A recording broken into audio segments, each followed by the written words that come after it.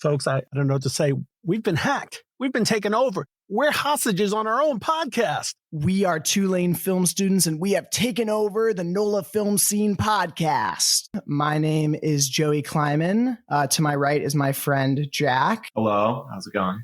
We are both film students at Tulane. I'm also joined by my awesome audio engineer, Riley. We are part of a podcasting class at Tulane. Part of our class, we're encouraged to seek out a real-world podcast and apply our skills that we've learned in class to collaborate with a real established New Orleans podcast. We are big film students and big film fans. So the first thing I did was look up New Orleans Film Podcast, and I found the NOLA Film Scene Podcast. I listened to a bunch of episodes. I'm personally a big fan. I think they're great. So I reached out and we connected, which I'm super excited about. And my vision for our podcast, for our collaboration, was that we could get together and we could ask each other some questions from our perspective as students, and then from your guys' perspective as actors in the industry. I guess we have no choice. I mean, we're hostages in your dorm room, and you won't let us out until we answer the question. So you don't have any choice at all.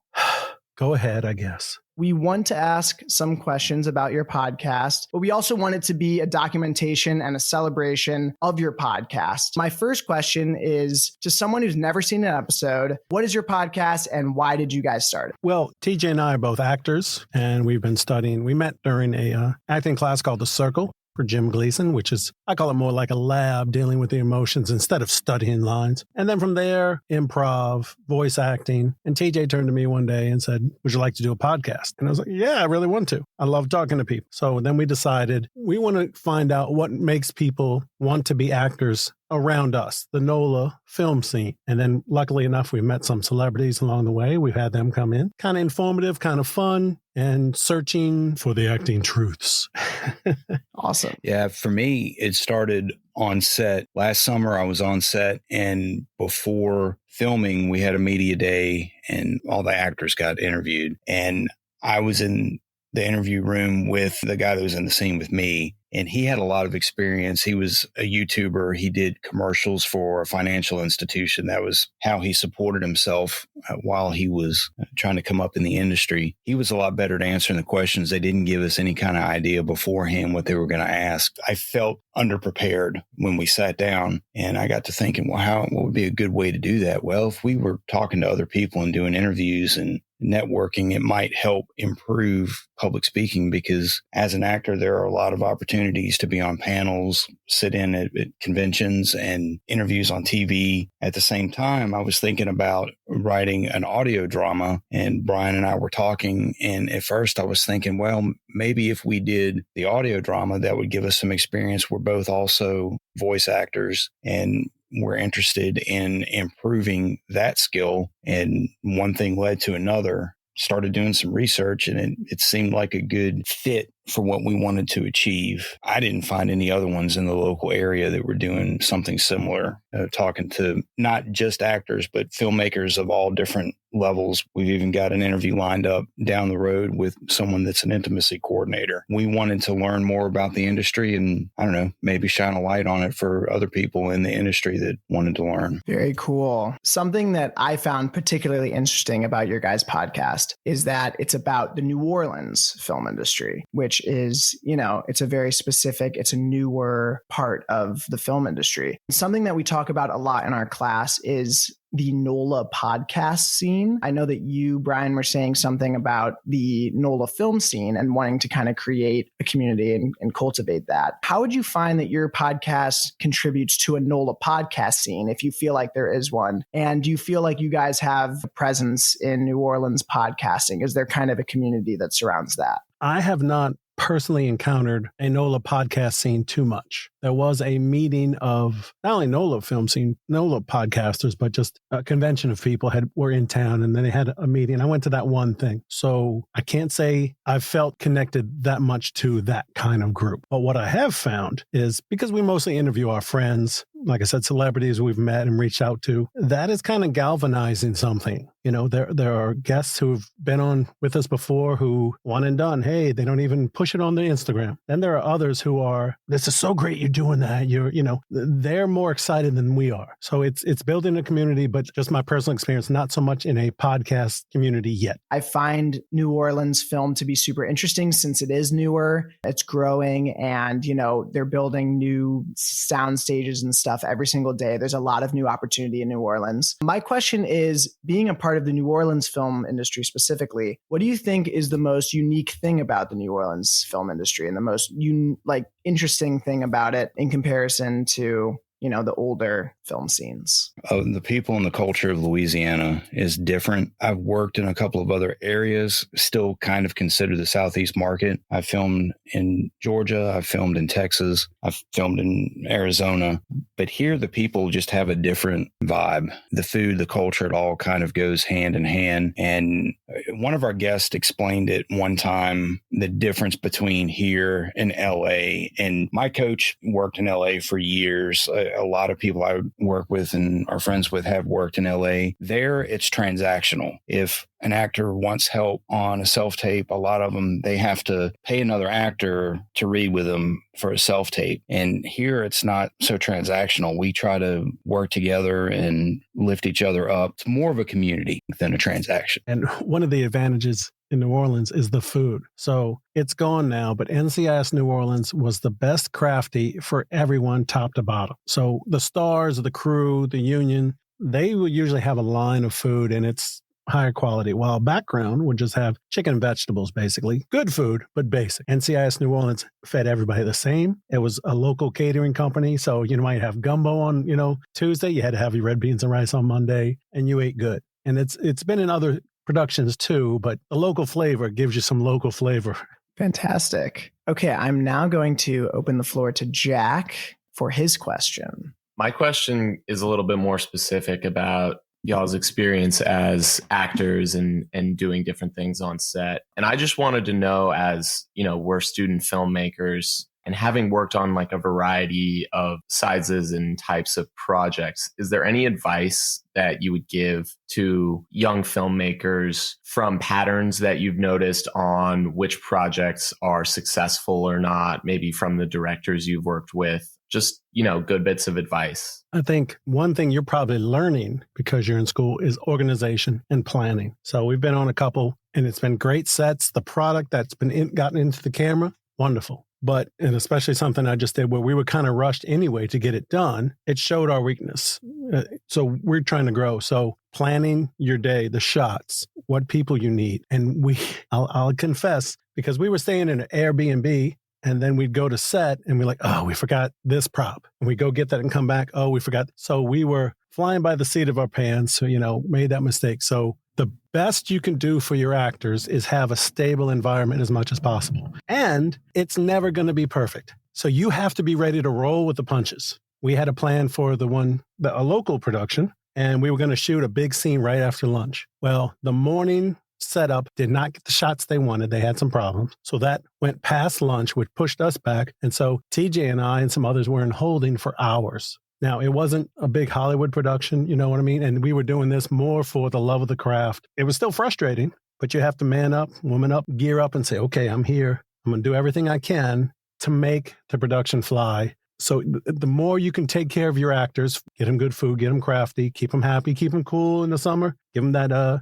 the space. If they're higher up in the industry, they might need like a room of their own where they can collect themselves or, get the star treatment. Just remember that it is all about the film, but you have to take care of your people too. In addition to that, communication, delegation, those are two really big ones. Make sure you're communicating with your people. Have your shot list ready, have your call sheet ready, have that stuff sent out so people know where to be and when. Doesn't matter what your job is on the set. There's always going to be a hurry up and wait element to it. So try to make the most of that and be as efficient as you can and delegate some of those responsibilities. It's a good idea to have enough production assistants and people that are runners so that somebody that is in charge of things isn't having to do all that stuff too. Thank you so much. And then I do have like a slight follow-up to that. So No. Okay, go ahead.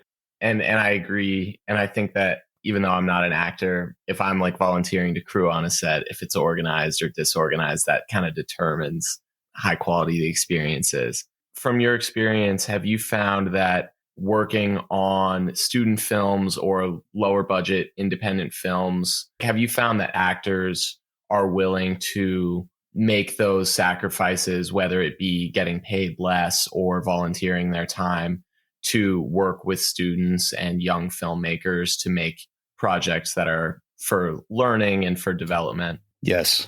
And I would say more so than not, everybody has to pay their dues.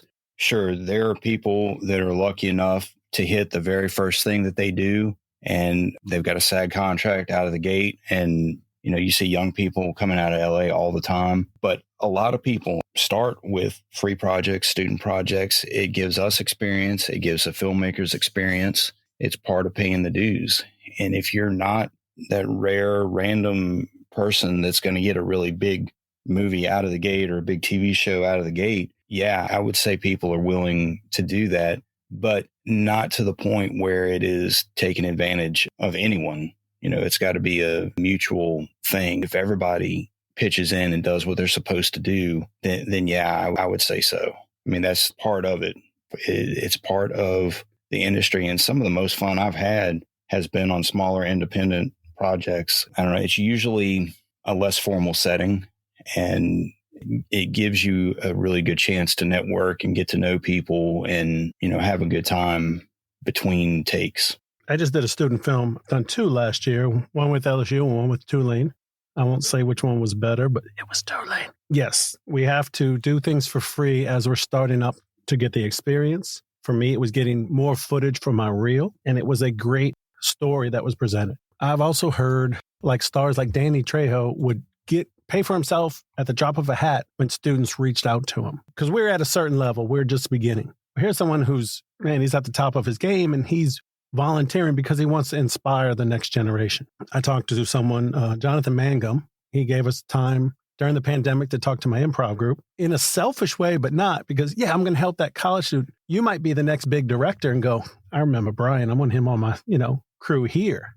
So it's networking. And if it doesn't go anywhere, it's still a joy to do that. And it's still fun. But there's always a way. There's going to be something up, for you, whether it's inspiring, youngins like you, whether it's, finding something for myself. It's not about the money at that point. And going from working background and then doing indie films or student films, I get to be creative. Hey, what if I do this? Well, in this scene, my character wouldn't do that. Oh, so you're listened to more. So you as the director might say, oh, yeah, that makes sense. Let's try it your way. As a director, you might say, let's shoot it as is. And if we have time, we'll throw that other one the other way. I rambled a little bit, but I hope I answered your question. My final question is, where's the best place for students to find good actors, students like us looking for actors for our films? Actors Access. You're going to hear Backstage and what's the other one? Not Casting Networks. Oh, not that one. The other one. New Orleans Casting? It'll come to me in a minute. Actors Access is the legitimate one. Once you start moving up into the business and doing producing, directing, writing, whatever paid projects, that's where you're going to have to advertise it. Now, bigger projects, cast and directors don't even list it on Actors Access first. They send it to agents. And then after the agents have had a chance and their people have had a chance to put in for it, if they still don't have somebody, then they'll list it on Actors Access. I don't check Backstage anymore. I don't check. It's not Casting Networks. It's, I'll think of it. You can also look for Facebook groups. I know UNO had one, but it's like we would join it just to be ready for when you need an actor. You know what I mean? There's local filmmaking groups, and social media is the second way to do it. You know what I mean? That's it. Yes. Check your social media. Awesome. Yeah, it was Casting Networks. There's another one that I was trying to remember, but yeah, Casting Networks and Backstage are probably less expensive. Casting Networks is kind of not very user-friendly. Backstage, I've read that there are some scammers on there and not as legitimate. I have gotten work off of Backstage, but ones that are, I don't want to say serious about it, but actors that are more serious about it are going to be looking for those postings on Actors Access. Now, I think it's time where we want to turn the floor to you guys. If you have any questions for us, aspiring filmmakers, film students, we will be happy to answer. Mwahaha. Let's go to our traditional question here on NOLA Film Scene. What inspired you to take this path? Whether it's, Jack said he wasn't as much of an actor. Joey, you said you have an acting background. I dabbled in acting when I was younger. I also did theater in high school, but I decided to be on the other side when I went on to college. I've always just loved movies my whole life, and nothing really excites me more than going and seeing a great movie, being in a theater. It's like a chapel. It's like a religious space. I love it. And I just really want to contribute creatively and put out my own voice. So you've taken like 2 acting classes. Yeah, I've taken a couple acting classes in college, and I plan on taking 1 or 2 more in my senior year. I think that understanding acting and actors can help with being on the other side of the screen, of the camera. And also I do love acting, and that's not something that I would completely write off in my life ever doing. Honestly, I'm inspired by the films I love, and I've always just had a fascination with listening to podcasts of directors and actors explaining what it's like to be on a set and what it's like to work on these movies for months and months and years. And I just think it's fascinating. So I really, really want to be a part of it and put my voice out there. That's awesome. If you'd permit me to give you a little bit of encouragement and advice along that same vein, one of our guests from several episodes ago, shout out to Rachel Jacob, an incredible human being, incredible director in New Orleans, just filmmaker. She suggested that it's a good idea, if you're a filmmaker, do some acting, and not just, childhood, but do a film and get directed, so you kind of feel what it's like. She encouraged it for actors, direct a project. I have not directed a film project yet, but she suggested that that's a good idea, because then it'll give you kind of an understanding of what we're going through on this side of the camera. It's a lot to stay in an emotional space for an extended period of time. And if you as a filmmaker are not getting the shot because mistakes are being made and the actors having to continue to stay in that over and over, it becomes very taxing. But if you understand it from our standpoint, okay, they're only going to be able to cry 6 or 7 times, 8 or 9, they're going to be dried up. It just gives you a little better feel for it. And I eventually would like to direct a project, just to understand it from the other side of the coin as well. And when I'm on set, I try to quietly watch and just see, okay, what are they looking at there? Why are they positioning the camera there? And I'm trying to just soak in what they're doing and understand their standpoint without interrupting them and asking them a lot of questions, Right. And also it's learning how the language of an actor to get to that emotion. Because before I started this, being on the other side of the camera, it's like, oh, okay, that guy's crying, that guy's doing this. And it's so different. It seems so easy. And some days it is. Someone says the right thing in your ear. I'll give you an example. We just did a movie called a short, Detective Somebody, for the LA Film Prize. And it was set in the 1940s, like film noir. And we rented this old Jaguar. Beautiful car. Well, it doesn't have a trunk. But when we wrote the script, my character, the sidekick, Ralph, is grabbing the rope out of the trunk. So I had to kind of mime that. The camera's facing towards us. My first take, okay, I got to do this. And I went up, said my line, did the thing, took the rope, okay, cut. And then people on the other side, okay, they didn't say it this bluntly, but like, you're an actor doing actor things. So, oh yeah, even though I knew it, I have to see the rope. I have to feel the rope, even though it's not in my hand. There's no trunk, but I have to actually do it. So, okay. So, and the boss, the detective had said, we don't need it. And so, okay, take 2. Hey boss, we need the rope. No, we don't need it. Okay. And I watch him walk away, kind of think about it, get back to the trunk, open my jacket, lean forward. And in my mind, I'm feeling that rope, put it in here, kind of push so it looked like it was in my jacket, and then walked away. And that was the difference, is being able to see where your actor's at and what they need. You know what I mean? And that's just a tiny, tiny thing. If you were going for some emotional scene, to find their language with it. A different one also, Contingency, was a short film we did. And there's a couple of hitmen and I've been kidnapped. There's 5 of us. And the gunman has a gun. It's a prop. It does not shoot.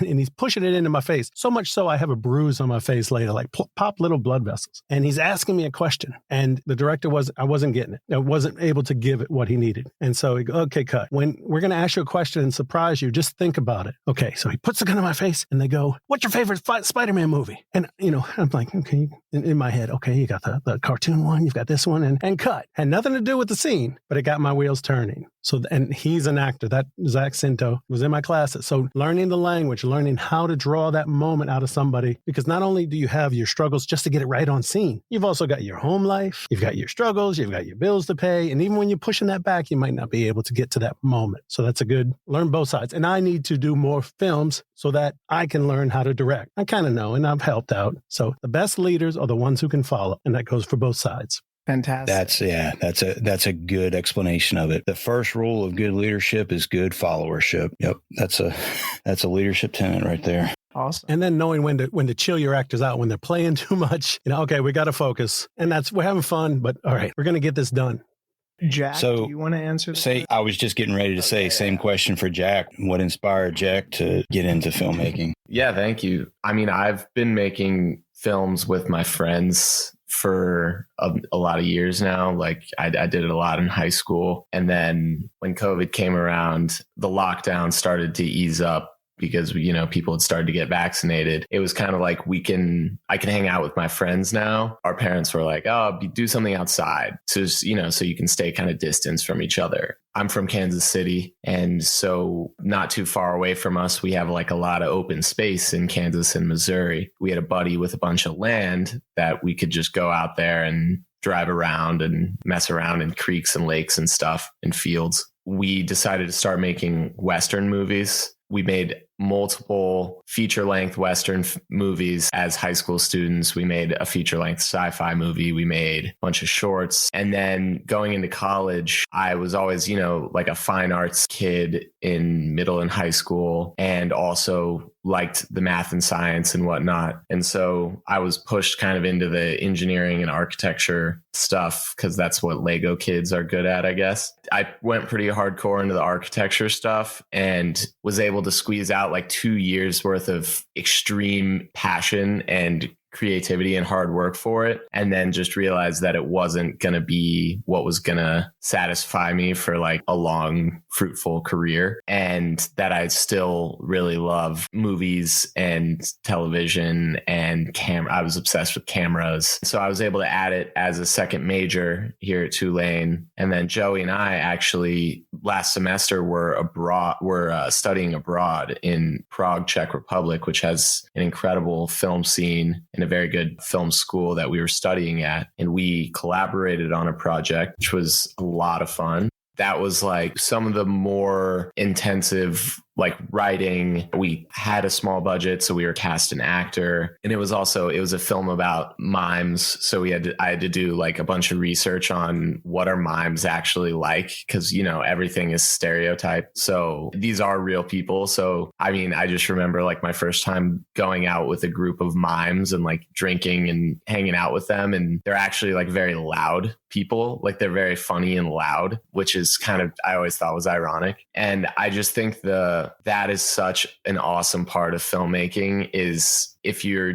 making a movie about something niche, or you're writing a story about something, having to do like the research and actually become involved in it. It's like such an underrated part of it. I mean, I think about James Cameron being obsessed with submarines and making movies about that, and that leading to spaceships and the Titanic and like all of this stuff. I don't know. I'm just like obsessed with anything that I could make that could be in a movie. I bring my camera everywhere. I love movies. That's all it is, I think. That's a good answer. Excellent. And today, from when I was a kid, think about how good the camera and microphone quality is on a phone these days compared to even 5 years ago. Technology is growing and it's becoming more and more accessible. And a really good camera, I don't know what you carry around with you, but a really good camera today is a lot more affordable and accessible than just a few years ago. And you can make a really good product if you know what to look for. That's really cool that you've been doing that. Have y'all made a film in school like this semester? Have y'all had to do one yet? I've made a couple short scenes, and then I'm actually shooting a short narrative that's like a 2-day shoot this upcoming weekend. And then me and him made a movie last semester that it's like a 10-minute short, and that we just submitted to the Tulane Film Festival. So we're hoping we get in and get to compete for that. Fingers crossed. And then also like I'm always doing small documentary stuff just because I think it's easy and interesting, and I don't know, it's just like something to do. No, that's good. Yeah. Anything to help improve your craft. Better that than doing something that's not going to help you out down the road, right? Absolutely. Right. And you're busy this weekend. I'm teaching a level 0 free class for improv. So if you haven't taken improv, whether it's with me or not, but I'm trying to get people in, take a class or two. It's the best thing about improv is that it frees you up from having to find the perfect thing to say or do. You get to trust yourself, and your response time becomes better. and it's just fun. So take your improv. Will do. Joey and I took an acting class last semester, and it was absurd. It was awesome. I love improv. I did improv when I was younger and also in high school. And I just saw an improv show recently at Tulane, and it inspired me. I think I'm going to audition next year. It's so great to think on your feet and just like be funny. And yes, and is such a good motto, not only for improv, but just for the film industry in general. When you're collaborating with so many people and in life, trusting someone's instincts is so important. And I think improv is fantastic. Do you guys have another question for us? We could ask questions all afternoon. Should we do one more question? Yeah, sure. Kind of coming up on the time. Yeah. So we'll hit you with another one of our favorites. And I always give people the choice. And other than us, who is an actor that you really want to work with, that like a dream person to direct, or like a genre or type? Like I always say, mine is Star Wars. That's my goal. I don't care about anything else. I want to be an action figure. I want some money and be able to take care of myself, but I want to be an action figure on the shelf,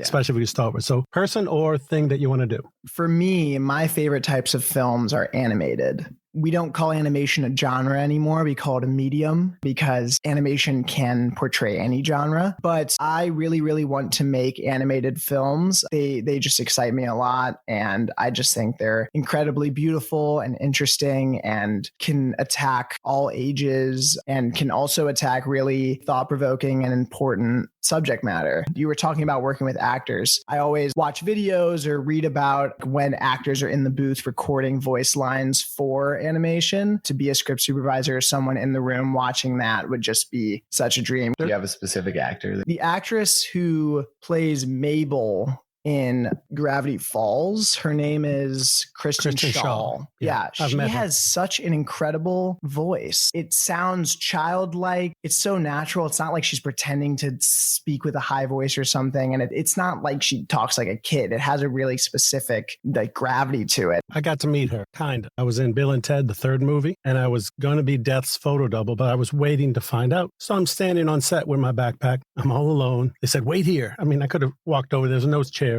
And what they do when your background is ingraining you not to bug the stars. You know, leave them alone, let them do their thing. I'm just standing there and I look over and there she is. The wardrobe lady is fixing her costume. Now, it's kind of dark and it looks like the lady is shoulder deep in her thing. And I'm just like, what? And Kristen goes, hi. And I fanboyed out and I went, hi, and couldn't say another word. So that was my meeting of Kristen Schaal. Hopefully next time will be better. Jack, your turn. Recently, I've been on, it's not my typical genre, but I've been on kind of like the romance drama kind of wave right now. And so I think if I could get in with one actor, it would be Ethan Hawke, just because I think, I don't know, I've seen takes of him where it's, you know, a 10-minute long take and he talks like the entire time and it's believable the whole time. And it's just like, I don't know.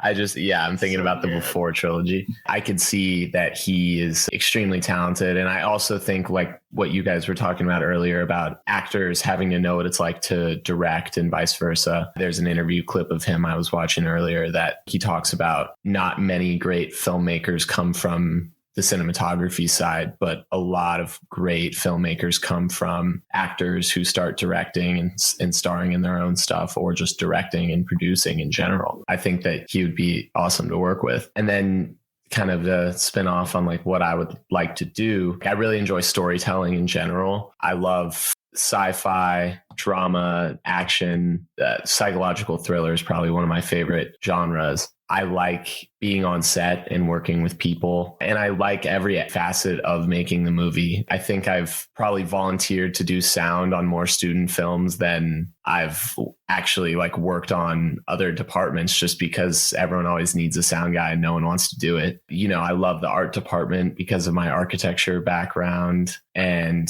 cameras, and I just love all of it. I just want to eventually be in a position where I can tell bigger stories and reach more people. All right. Thank you so much for asking us some questions, and thanks again for answering ours. Appreciate you guys collaborating with us students. And I think finally we'll let you guys go. Just on timing. Sure. I mean, it was a great time. You didn't have to do all that. You could have just asked, but we loved having you on. Hopefully we can inspire you. You've kind of touched our hearts. You've made these old men feel really important by,